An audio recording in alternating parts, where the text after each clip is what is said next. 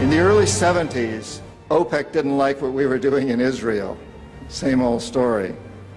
And so they cut off our oil supplies. So some of you will remember these long lines at the gas stations.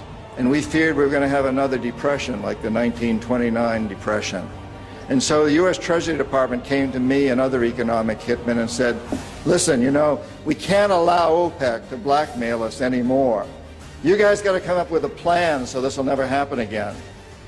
We knew that that plan had to involve Saudi Arabia because it had more oil than anybody else. The deal we finally struck with the House of Saud was a deal whereby they would return almost all the money they made from selling oil to the United States, invested in U.S. government securities. The U.S. Treasury Department would use the interest from those securities, which over the years has amounted to trillions of dollars, to hire U.S.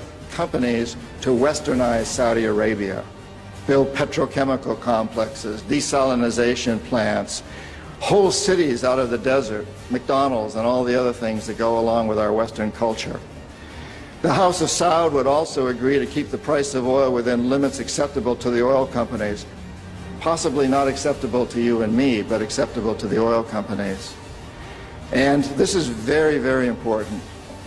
They agreed that they would never, ever sell oil for anything other than U.S. dollars. It was an amazing deal, the deal of the century. It was history-making, incredibly powerful deal that we struck with Saudi Arabia. The corporatocracy looked at this as an incredible success. I had done my job. We economic hitmen did a great job with that one. So we decided that Saddam Hussein ought to accept something very similar. Now, probably a lot of you know that Saddam has been our boy for a very, very long time. You may remember Abdulkarim Qasem, who was president of Iraq in the early 60s. Qasem came up with a unique concept. He said, Iraqi oil ought to go to benefit the Iraqi people. How novel is that?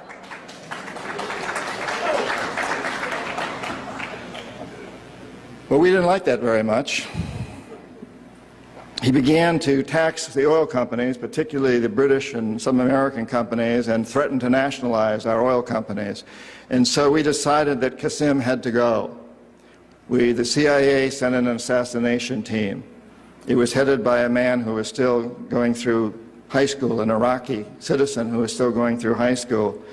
They riddled Qasem's car with bullets on the streets of Baghdad and missed him.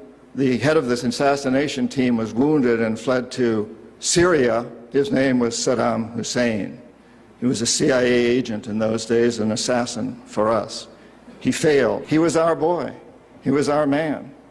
And so, and we sold him a lot of, and gave him a lot of tanks. We built him, Bechtel built him big chemical, I ought to know, my father-in-law was chief architect at Bechtel, built Saddam big chemical plants that were used, and we knew that they were used to make mustard gas and other chemical weapons that were being employed against the Kurds and later the Iranians. We knew this, but we sold him these things. You have to remember that Middle Eastern oil is the oil that's used by a great deal of Europe and China and Japan. If we control Middle Eastern oil, we control our biggest potential competitors, Japan, China, Europe.